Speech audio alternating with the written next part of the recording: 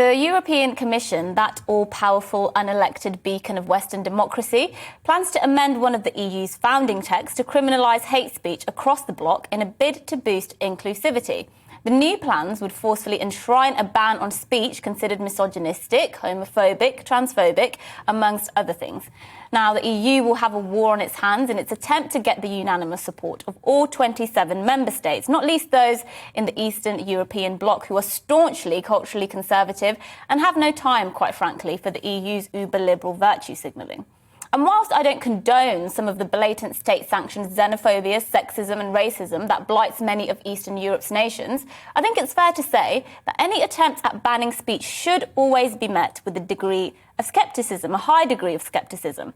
The Commission, for example, suggests in its communiqué that hate can entail targeting gender identity and gender expression, which it calls fundamental characteristics. Which is ironic, because gender expressions, which can by definition be changed on a whim, are everything but fundamental. But my worry is, who gets to decide what counts as hate speech, especially when it comes to the very live and ongoing conversation about gender identity?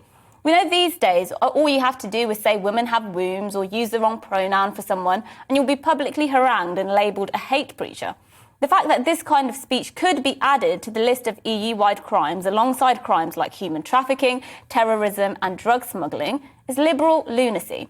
Europhiles will say I'm over-exaggerating, that the EU is a sensible institution, that the Commission isn't out to cede to the demands of the intolerant wings of the LGBT lobby, that it's not trying to police language unreasonably, just trying to innocently protect minorities.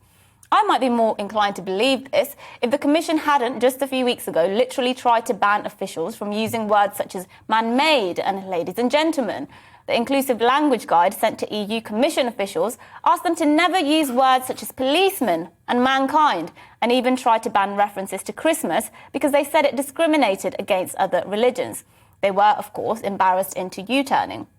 It might make some people feel nice and fluffy to just smile and nod in agreement when the EU claims to be bolstering the rights of minorities. But those of us who don't want to be dragged carelessly into living in a censorious authoritarian society should receive these new plans with a very raised eyebrow.